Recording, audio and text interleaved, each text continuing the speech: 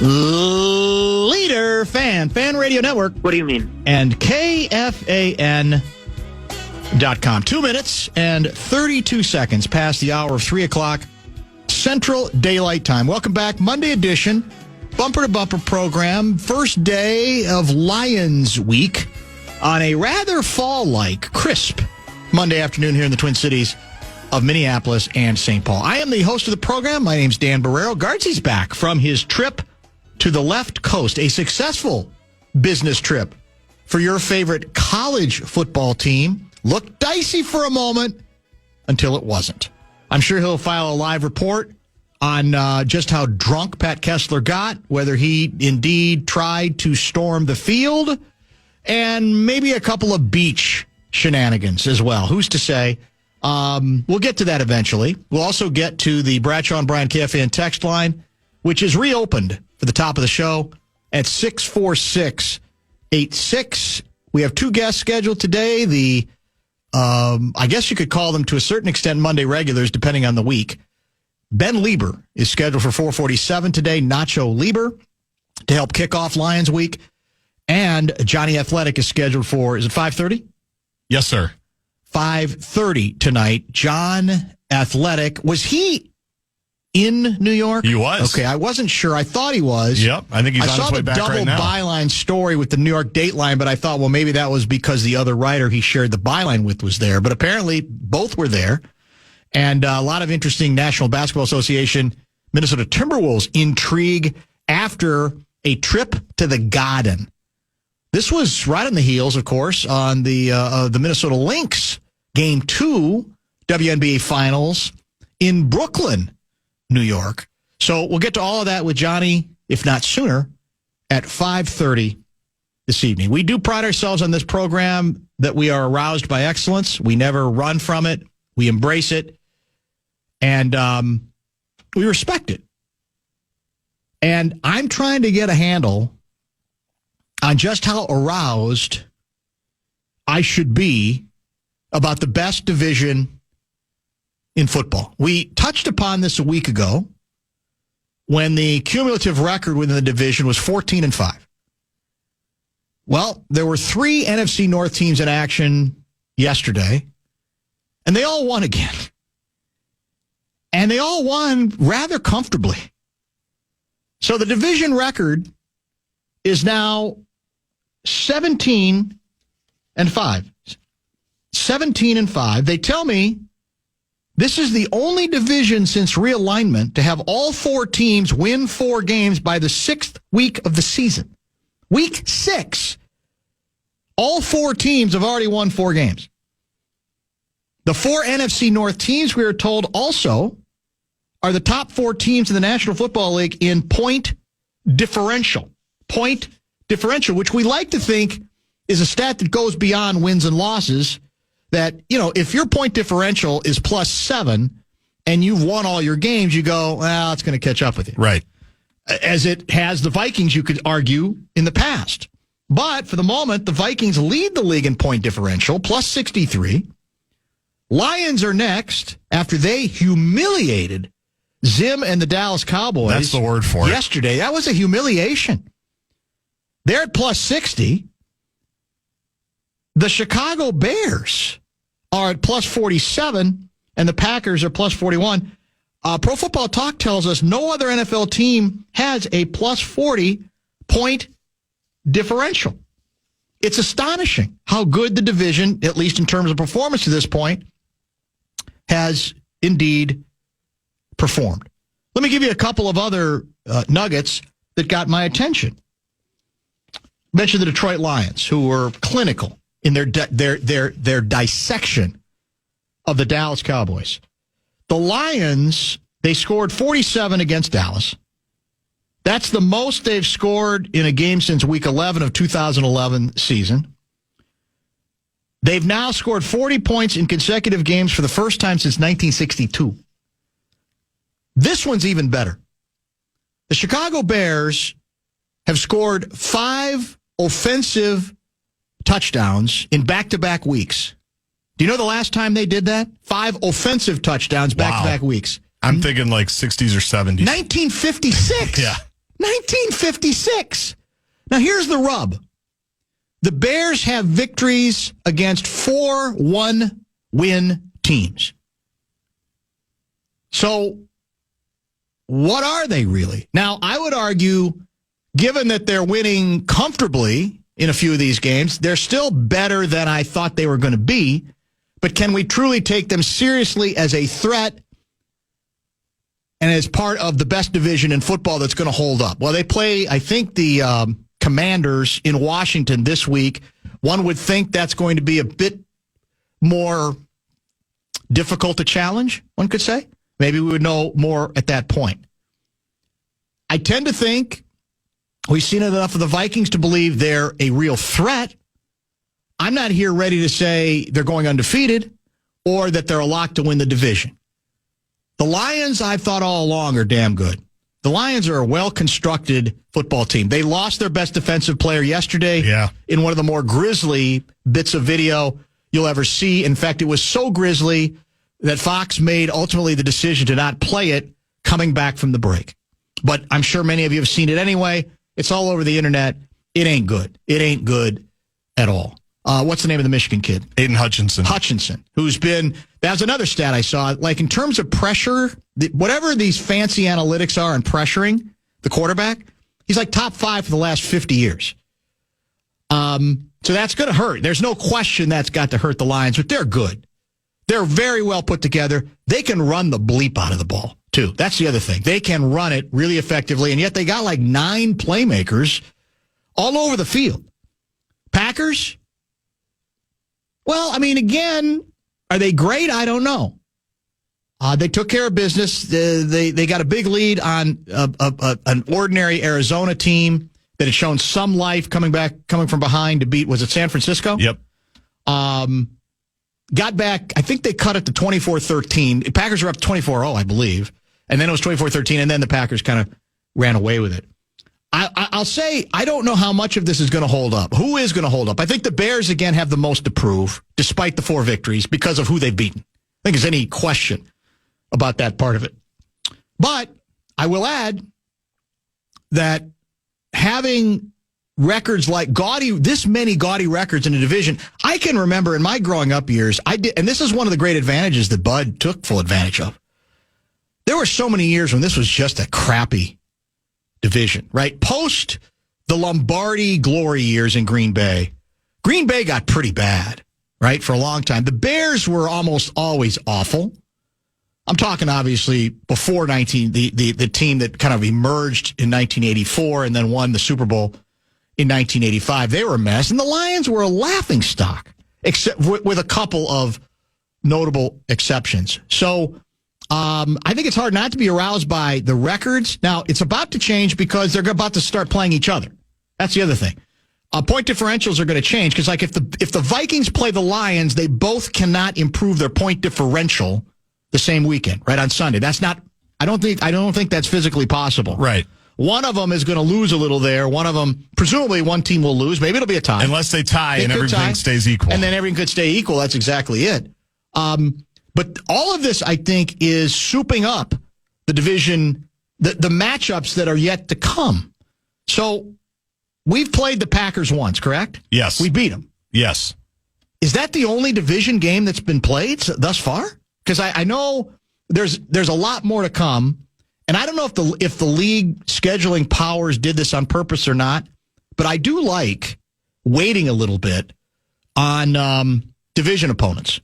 You know, because I think... And then you can end with them, too, which is their whole point. That's also their point, as well. I don't think there's been a lot of division activity so far. I don't think the Bears have played anybody in the division. They have not. The Lions, have they played anybody in the division? They have not. Yeah. So the only division game was the first game between the Packers and Vikings, right? That's it. Yes. Thus far, and that's about to change.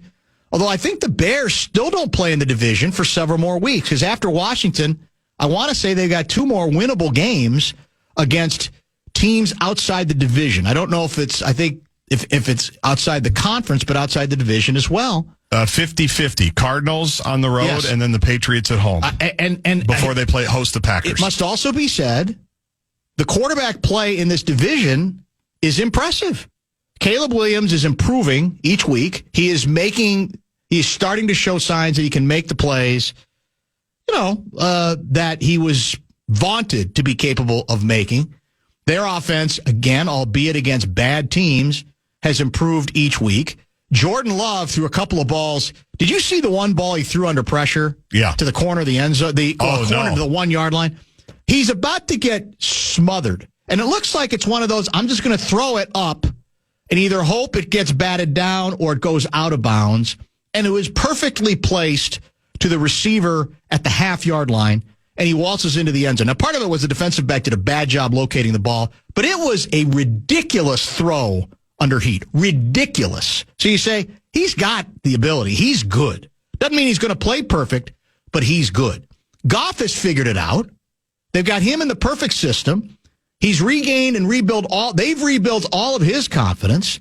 He's not afraid of anybody at this point. And our guy has come back to the pack a little bit, but has obviously been one of the stories for the first quarter of the season as well. Fan and 2 men and a junk truck. Want to give you a shot to put $1,000 in your hand with our national cash contest. First keyword of the week for us is Bills. Go to KFAN.com and enter the keyword Bill. We got a lot to wedge into today's program, and I do believe this is the only day we're going the distance until 6:30, according to Programming Director Chad Abbott. We had a pre-show meeting. So we got plenty of time, I think, to try to squeeze in everything, including, this is an aside, I appreciate those individuals who continue to try to look out for the host of this program by sending me locations where they believe they have located Lay's baked chips. And what I have to, again, remind people of, I can find regular baked chips by Lay's in any grocery store throughout the metropolitan area. Gas station, grocery store, all over Walgreens, whatever you need. The rub, no pun intended, continues to be the baked ruffle. Can't find it. Can't do without it. Remember that famous rant by Mike Singletary where he's talking about players who, we might have it somewhere.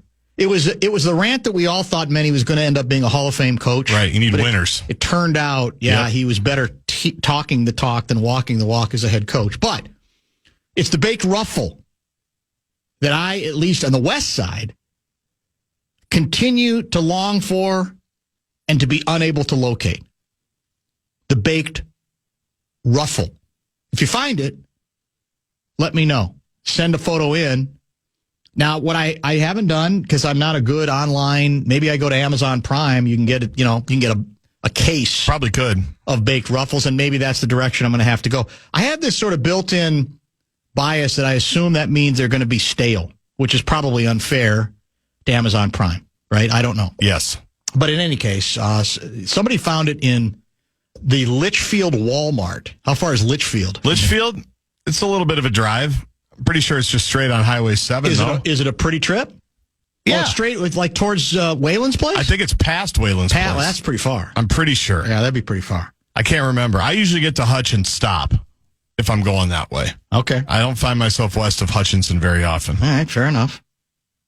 A couple people have texted and said, well, is it possible that the reason the division, the records are as gaudy as they are, unprecedented, 17-5 through 6 weeks since the merger, is that we haven't played within the division very much?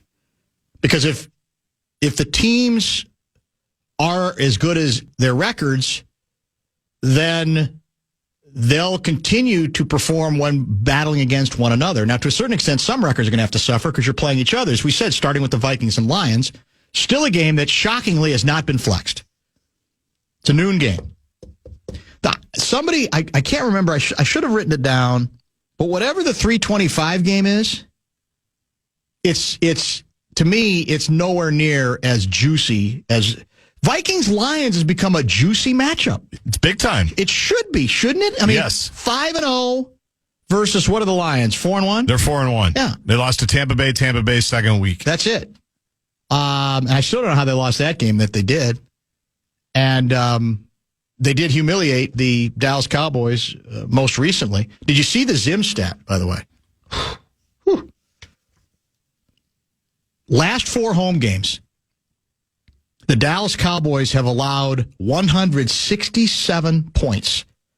That is the most in a 4-home game stretch in the National Football League since the 1972 Houston Oilers. Tweet that. Houston Oilers. Excuse me? And you could see the look on Zim's face. It looked like it was, he'd been hit by a bus. 100, that's hard to do. Will you do the math on that? What's 167 divided by 4? 167 divided by 4? Yeah. Almost 42 points. You sure? No. It's over 40. Yeah. It's got to be, right? I think if it was 68, it'd be 42.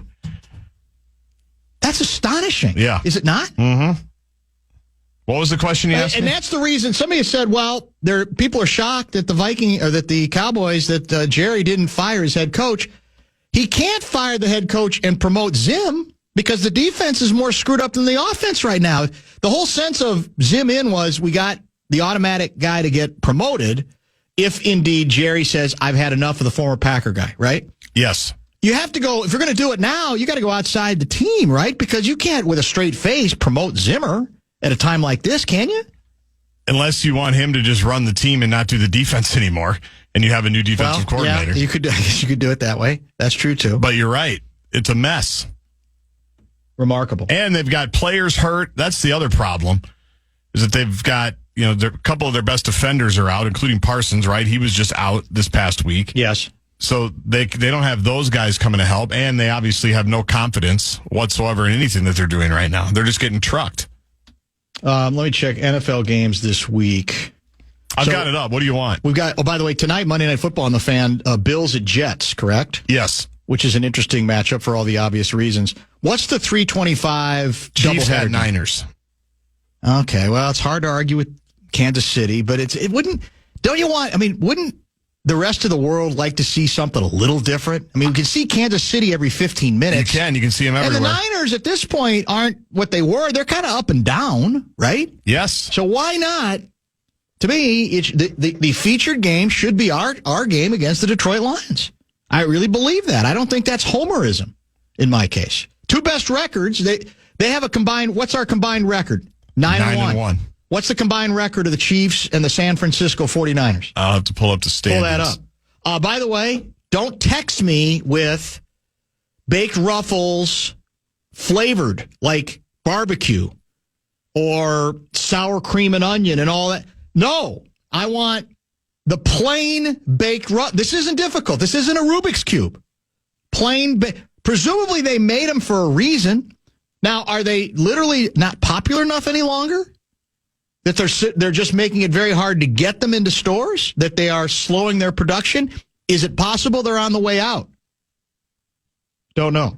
8-3 combined record, by the way. That's still a pretty good record, I guess, because Kansas City's also undefeated. That's correct? what I was going to say. Yeah. It's a little misleading because Kansas City has all the wins and none of the losses. The Niners have all 3 of the losses. Yeah. Dan, I found those baked chips on Amazon, but they will set you back $10 for a 6-ounce bag? $10 for a that doesn't even sound like a full size bag, right? 6 ounces. I'd have to think. Yeah, I don't know. I never checked the ounces. Man, that seems a little bit. Well, it's a rare delicacy now at this point. It might be somebody over. selling them, third party on Amazon. Well, here's an interesting. Can you hit the breaking news sounder? Man, if it's true, sorry to break it to you, but Frito-Lay discounted that chip. My name is Tim. I work at the Ridgedale Target, Byerly's and Wayzata Lawns. It's been discontinued. Maybe if you contact Frito-Lay, is it still called that? I thought it was Lay's. Is it Frito-Lay? Is that the name of the company? I think so. You can get them to bring it back. Well, that would be the answer. Good luck. You have to get corporate involved. It's over for the plain baked ruffle? Is there not a place in the world? Does everything have to be flavored? Does everything have to have 7 artificial flavors for it to be enjoyed? Like pizza. Do you have to have 9 different flavors and ingredients? Pineapple, barbecue, extra cheese, extra tomato sauce. Can't anything be simple for those of us who have simpler tastes? The answer is apparently no. So you want the baked ruffle. So I'm looking the at plain baked ruffle, not the barbecue baked. Yeah, I understand. Ruffle. I'm looking at the Because plain. I see that every day. Yep. So is he trying to get us going? Well, the flaming hot, Yeah. I can confirm, has been discontinued. It looks like. Interesting. But then You don't see anything that indicates. I like this at Amazon. It's a sponsored link. You can shop discontinued chips. What could possibly go wrong there? How long do you keep them while they're discontinued? Tom's Food Markets in stock online says they have baked ruffles. Seriously? Yeah, for $4.79. I'm going to click on this. I searched Instacart for your Lay's Baked Original Ruffle chips in the 1600 Utica Avenue range. Is gluten-free a deal breaker? If not, it seems there are some in the area. I will tweet you the store options. Your struggle does not have to be yours alone, Dan. A gluten-free version of Lay's Baked Original Ruffles? I didn't even know that existed. That's for Lori Fisher, I guess. It would be. It would be for her. She can't have any gluten. Did you know that? I'd heard a rumor. It's the best kept secret in all of the Twin Cities. She's private about it. Yeah, very. No one ever. She never brings it up. No, very rarely. All right. Keep them coming. We'll see if we can get to the bottom of here's Baked Ruffles at Cashwise in Owatonna yesterday. Does that mean they're more popular here and they can't keep them in? Because we've gone through this before. We've discussed it, but it seems like the last couple times they came back more readily and more quickly. That's the part I don't completely understand. And I worry that somebody's going to dump, I don't know, 100 bags of these Ruffles on my doorstep, and they're going to get stale, aren't they? Or do they? It depends how quickly you can go. As long as you don't open them? Yeah, it's a freshness seal bag for a reason. There's a reason why it pops. Yeah. So I think you've got some time. Don't forget the guest lineup today. Ben Lieber at 4:47, John Athletic at 5:30. I've got some links to get to. We got to get caught up there because Game 2 was played yesterday afternoon. Then it was your Minnesota Timberwolves national TV against the New York Knicks preseason basketball that ended up having a couple of twisty, juicy angles as well. I'm sure we'll discuss with Johnny, if not sooner. And here's my political question of the day. If the Dems lose, if Vice President Harris loses, do we now know the number one reason that might be the outcome? Have the Dems overplayed their hands in one very critical area, and it does have very much a toy department link. We'll get to that next. Well, the election day is not that far off, right? I mean, we're obviously well inside a month. Yeah. Until election day. And there's a million polls out there. There's a million theories being advanced on that's already, based on who ends up winning and who ends up losing, right? What could the reasons be? Among some of the sharks out there inside the Democratic Party, there is concern. There's a growing belief that the Harris playbook is becoming too similar to the Hillary Clinton playbook and that they're going to pay for it. Polls have seemingly tightened things up from that 5-point lead after the convention to where now it's back to pretty much neck and neck. I had not heard this theory advanced. If indeed Trump wins and Harris loses, is it possible, in that eventuality, that the Sharks, I should say the Jets, because we call the Dems the Jets, the Republicans the Sharks, that the Jets will rue the day they embraced football? That theory being offered up, I'm not making it up, by, in The Nation, a writer named Dave Zirin. Pretty well-known guy, pretty well-established lefty. And he writes, Democrats are claiming football for themselves, presenting the sport as not only patriotic, but as a potent symbol of the kind of teamwork needed to take down Donald Trump. The presence on the ticket of Minnesota Governor Tim Walz, a former defensive coordinator, as we were repeatedly reminded at the DNC, of the state champions at Mankato East High School, has flipped the pigskin script. Thousands of signs that read coach and chants of the same flooded the DNC when he took the microphone. former players of Walls, a collection of burly, middle-aged Minnesotans, even came onto the stage alongside him wearing their old jerseys. Trump and his weaselly running mate, J.D. Vance, have been recast as football know-nothings, forced to lob awkward insults like, Walls wasn't even a coach. He was an assistant coach. Comes off as more than just flat and churlish. It shows that Trump and Vance have never really played the game and are therefore soft themselves. The platforming of football as a patriotic totem cannot be separated from the sport's embrace of hypermasculinity and violence. These two pernicious parts of the game connected smoothly with the themes in Harris's red meat convention speech, nationalism and a shift to the right alongside a bellicose declaration of war readiness, having the most lethal fighting force. This message was set to chants of USA, warming the heart of even Meghan McCain. It may seem like the Democrats are playing offense. Certainly fits a sports cliche. But it gets the underlying political dynamic backward. The reclamation of patriotic symbology, of which football is a part, is pulling the Democratic Party to the right. Claiming this sport in the NFL means claiming all the violent detritus that comes with it. When Colin Kaepernick took a knee in protest of police violence and racial inequity in 2016, he was banished from the league. This is what the Democratic Party is buying into, and it comes with risks. The rightward shift could repel the young left-wing voters more interested in policy changes than who wins the football wars. Young people care about racism, the economy, climate change, Palestine, and a host of other issues.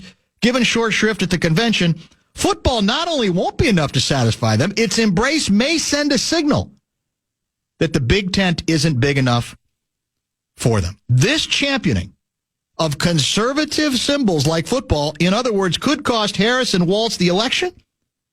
And guess what? It will be their own doing.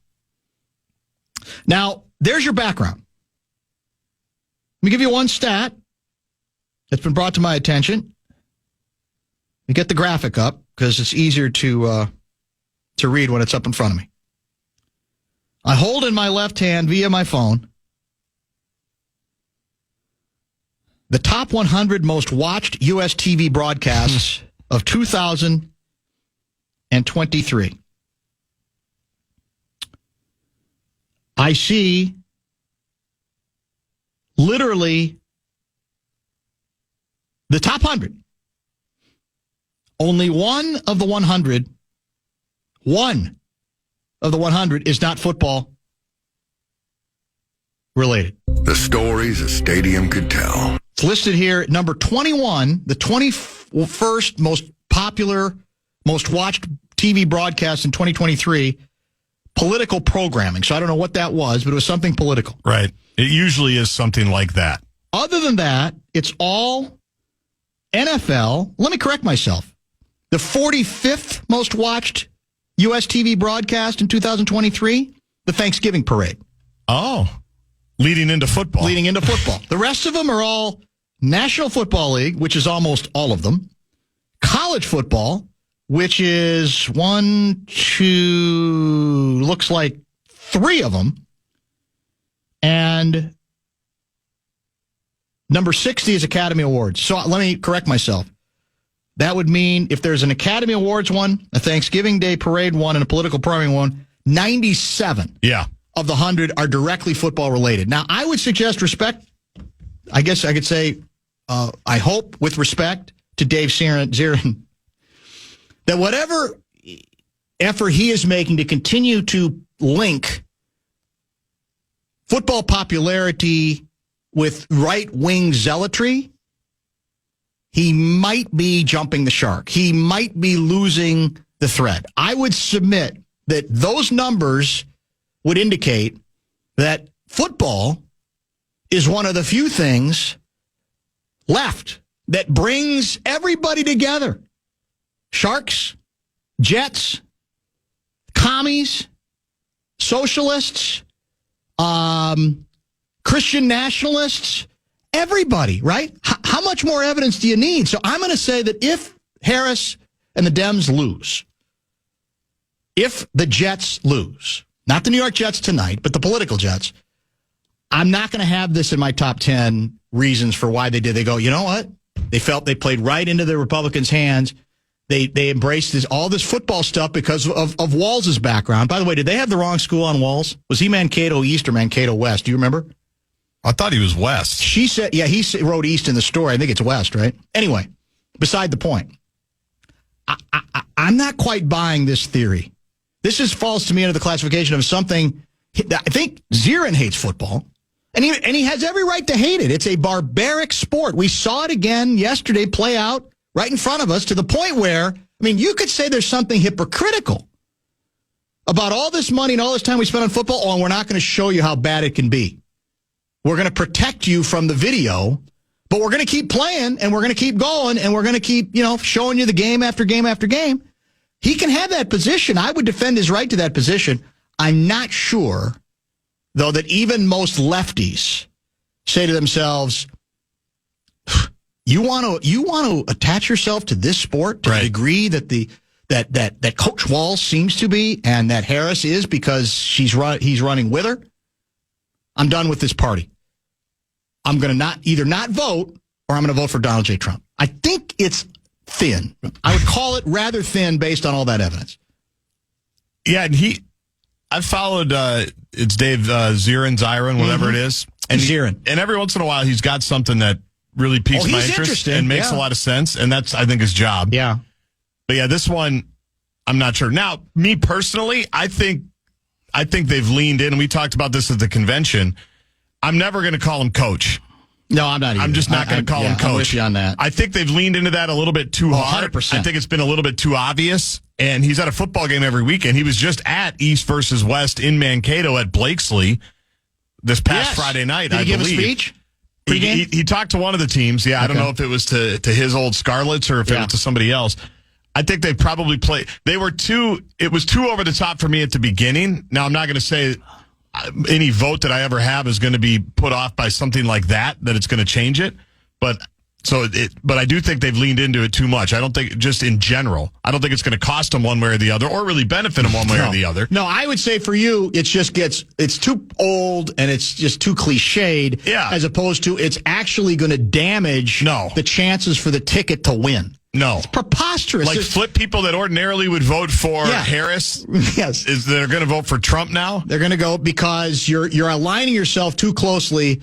See, I even think lefties, however offended they were about the Kaepernick episode, I still think we've talked about this for years.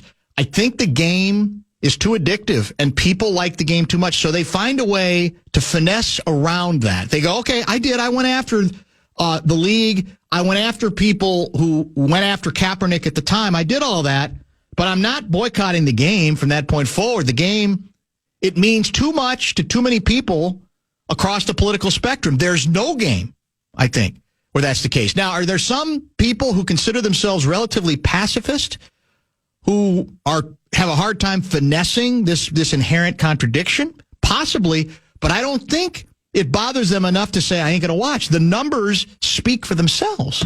97 out of the top 100. And that's usually the number every year, right?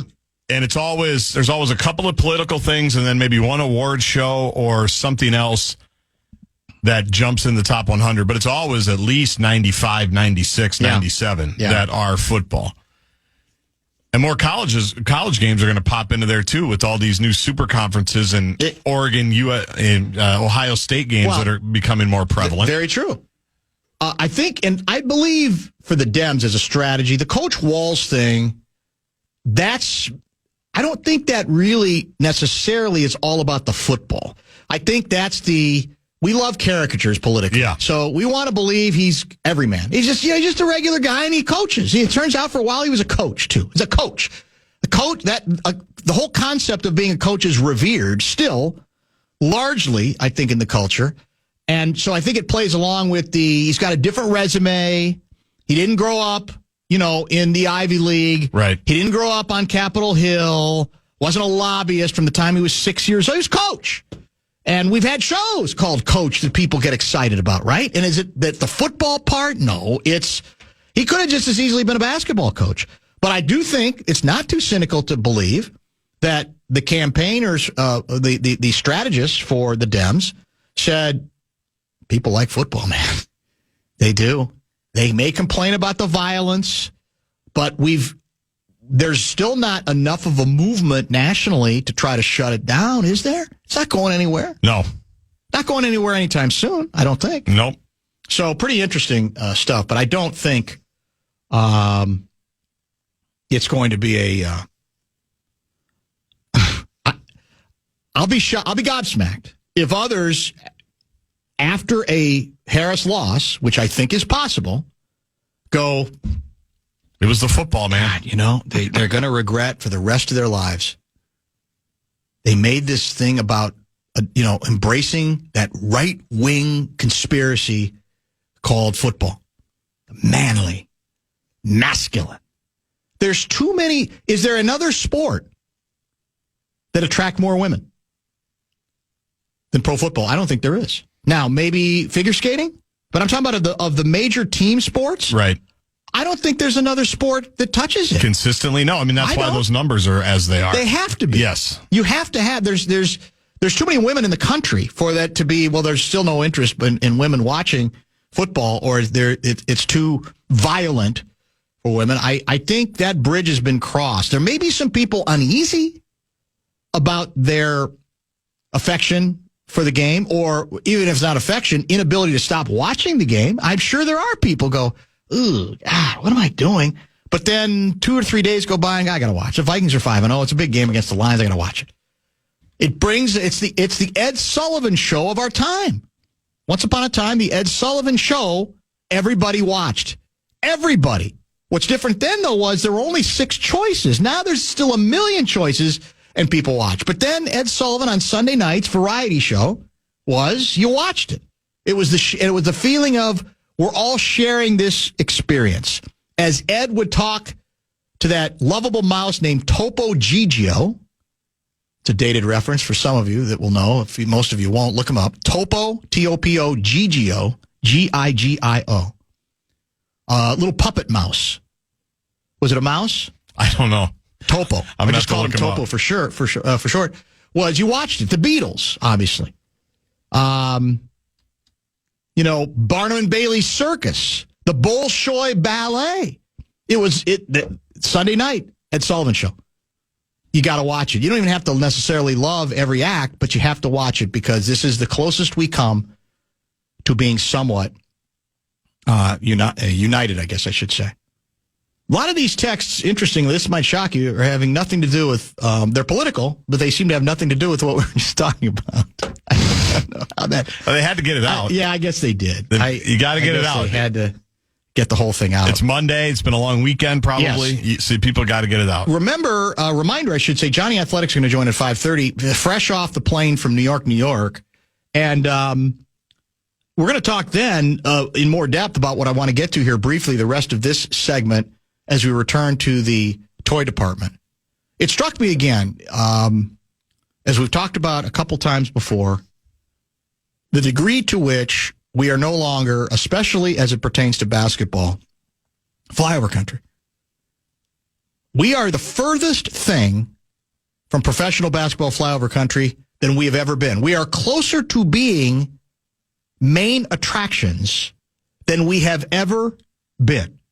And it played out Sunday afternoon. First on national TV.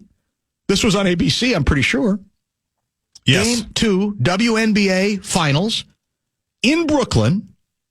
The homestanding New York Liberty still stinging over a game, a beyond improbable Game 1 loss. I've already said it's one of the most, in the last 30 years I've been here, one of the most mythic late game comebacks that was about more than one play. Down 15 with 5 minutes to go in my memory, in the history of Minnesota sports. The Lynx steal Game 1. By the way, it looks like after being down again 17 or 18, they've got a chance to steal Game 2. They cut it to 2 and twice have possession. Yeah. Unfortunately, they turn it over both times. They never look back. New York wins the game that absolutely has to win, right? New York can't go down 2-0 coming here, and they didn't. But the point is, it's a national TV game, and there is more interest in the WNBA than there's ever been before. Then what do we have after that on and they're promoting it through the whole show. ESPN, primetime Sunday night. Well, more like 5:30 or 6. Preseason basketball. The Knicks hosting who? The Minnesota Timberwolves. Why has that become juicy? The obvious reason. The teams made a huge trade just a few weeks ago. And we see even better, it plays out as there's some theatrics going on. Big Dante time. DiVincenzo is at the free throw line, starts chirping to the Knicks bench. There have been at least 3 or 4 versions of what exactly he said and who he was addressing. And then after the game, everybody's kind of shaking hands, and Dante gets into it with Jalen Brunson's dad, Rick, who is a Knicks assistant. They have to be separated. And it's the talk today of the National Basketball Association. That's us. We're in the middle of this. Dante DiVincenzo. Think about it. And beyond that, what else did they promote? Well, maybe there, but elsewhere on NBA TV. Opening night. 8 days away. National Basketball Association regular season. Doubleheader. Who's featured in the second game? Your Minnesota Timberwolves. Yeah, in L.A. against the Lakers. Now they're trying to take our play-by-play guy away. Michael Grady. Michael Grady, we all knew this was coming. Grady now part of the ESPN stable of NBA broadcasters. Good for him. Yep. Not surprised. I said it many times before. I'll say it again. I listened to one half of one game. I'd never heard him before until he became the Wolves guy. One half of one game, and I could have told you, they ain't going to be able to keep him. He's too good. He's smooth. And the rest is history. So, again, what I'm saying is all of this puts us in a place where, at least for this moment, for these two sports, or certainly the sport of basketball, we're in it. Now, we have to maintain and do the things to keep ourselves in it, probably harder than other markets because we're Minnesota. Yep. But the opportunities are there. You can't say we are overlooked at this point in any way, shape, or form when it comes to professional basketball. Lack of respect is not going to be a talking point this season. Nobody believed in us. Correct. That will not be a talking point this season. We're not going to have to wait a month to be atop the power rankings or in the top 5 of the power rankings like the Vikings had to do this year, for example. Correct. Well, I'm already, Did you hear KOC today? Yeah, oh yeah. It's getting a little thick. We'll talk about that after the break. I've got some thoughts there too. Okay, good. I hope you do, because I do as well. But we're going to be somebody's title pick. Yeah. We're going to be a Western Conference final pick. You're certainly going to be a home field advantage pick. You're not going to. No one's sleeping on your Minnesota Timberwolves this season. No, you can't say it, and nobody's obviously sleeping on the Lynx at this point, right? You can't. How can that be? It's impossible. Game 3, by the way, Wednesday night, correct? Right here on the Fan. Right here on the Fan. And then if, it has to be necessary because it's already 1-1. So there will be a game 4. Friday. And that's Friday. And then game 5 would be Sunday night back in Brooklyn. Right. New York. That would be game 5. Let's make this the top of the hour pause. Maybe we'll pick up on the KOC commentary from today. Bye week is over for the Vikings. It is now officially Lions.